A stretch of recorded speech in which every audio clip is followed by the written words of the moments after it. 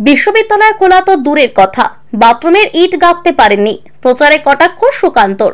লোকসভা নির্বাচন আসন্ন, যার কারণে লোকসভা নির্বাচনকে সামনে রেখে ইতিমধ্যেই জোর কদমে প্রচার ময়দানে নেমে পড়েছেন প্রতিটি রাজনৈতিক দলের প্রার্থী থেকে দলীয় কর্মী সমর্থকেরা। প্রখর রোদ এবং গরমকে উপেক্ষা করে নির্বাচনের আগে নির্বাচনী প্রচারে কোমর বেঁধে নেমেছেন দলীয় প্রার্থী থেকে দলীয় নেতৃত্ব এবং কর্মী সমর্থকেরা। একেবারে লোকসভা নির্বাচনের আগে নির্বাচনী প্রচারে কোন রকম খামতি রাখতে নারাজ লোকসভা কেন্দ্রের দলীয় প্রার্থীরা। কারণ লোকসভা নির্বাচনে নিজের লোকসভা কেন্দ্রে নিজের জয় হাসিল করতে প্রয়োজন কেবলমাত্র সাধারণ মানুষের আশীর্বাদ, যার কারণে সাধারণ মানুষের আশীর্বাদের লক্ষ্যে সাধারণ মানুষের দুয়ারে দুয়ারে ঘুরছেন প্রতিটি রাজনৈতিক দলের প্রার্থী থেকে দলীয় নেতৃত্ব এবং কর্মী সমর্থকেরা। বিভিন্ন পদ্ধতি অবলম্বন করেই করছেন জনসংযোগ এবং ভোট প্রার্থনা।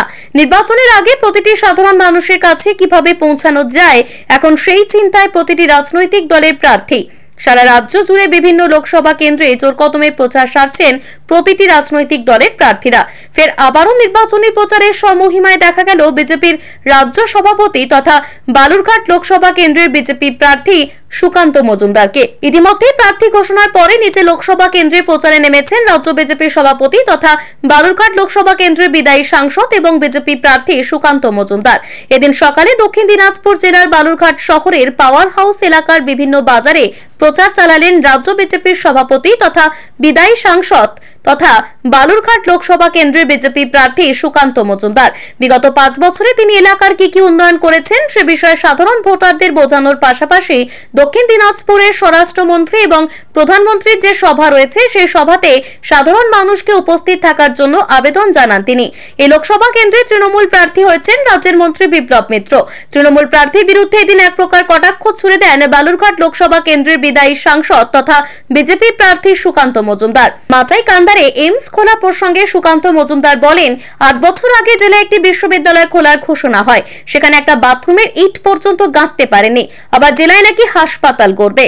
পাশাপাশি এদিনের প্রচারে লোকসভা নির্বাচনের প্রাক্কালে বালুরঘাট লোকসভা কেন্দ্রের রাজনৈতিক পরিবেশ যে আরো তপ্ত হবে তা পরিষ্কার করে দিলেন বিজেপি প্রার্থী তথা বালুরঘাট লোকসভা কেন্দ্রের প্রাক্তন সাংসদ সুকান্ত মজুমদার। এদিনের প্রচারে যেমন সাধারণ মানুষকে নিয়ে আড্ডায় মেতে ওঠেন তিনি, ঠিক তেমনি সাধারণ মানুষের সামনে রাজ্য সরকারের বিরুদ্ধে একগুচ্ছ অভিযোগ তুলে ধরেন। সাধারণ মানুষের মধ্যে তুলে ধরেন বিগত 5 বছর সময়কালে তিনি এলাকার উন্নয়নের জন্য ঠিক কোন কোন কাজ করেছেন।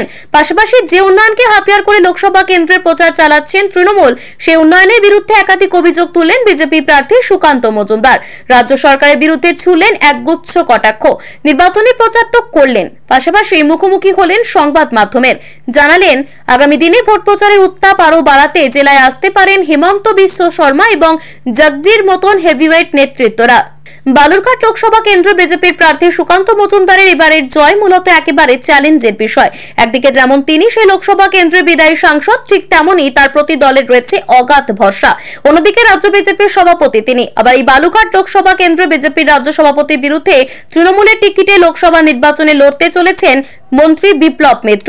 অন্যদিকে বাম কংগ্রেসের সমর্থিত প্রার্থী কে হচ্ছেন তা নিয়ে চলছে জোটের জট, যার কারণে একদিকে রাজ্য বিজেপির সভাপতি তথা বিদায়ী সাংসদকে জেতানোর ব্যাপারে যেভাবে কোমর বেঁধে ময়দানে নেমেছে বিজেপি নেতৃত্ব এবং কর্মী সমর্থকেরা, ঠিক তেমনি রাজ্যের মধ্যে রাজ্যের মন্ত্রীকে বা লোকসভায় পাঠাতে হাত ধুয়ে ময়দানে নেমেছে তৃণমূল নেতৃত্ব কর্মী সমর্থকেরা। ফলে আসন্ন লোকসভা নির্বাচনে বালুরঘাট লোকসভা কেন্দ্রে লড়াই যে জমজমাটি হবে তা হয়তো বলাই যাচ্ছে, তবে নির্বাচনের ফলাফল কি হয় তা ঠিক করবে সাধারণ মানুষেরা।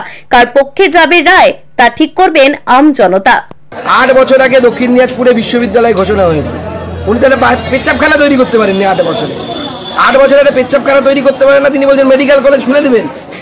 একটা ইট গেঁথেছেন দক্ষিণ দিনাজপুর বিশ্ববিদ্যালয়ে, আপনারা দেখেছেন, চলুন তো আপনাদেরকে বলছি, চলুন দক্ষিণ দিনাজপুর বিশ্ববিদ্যালয়ের একটা ইট গাঁথা হয়েছে, ওনাকে ছবি তুলে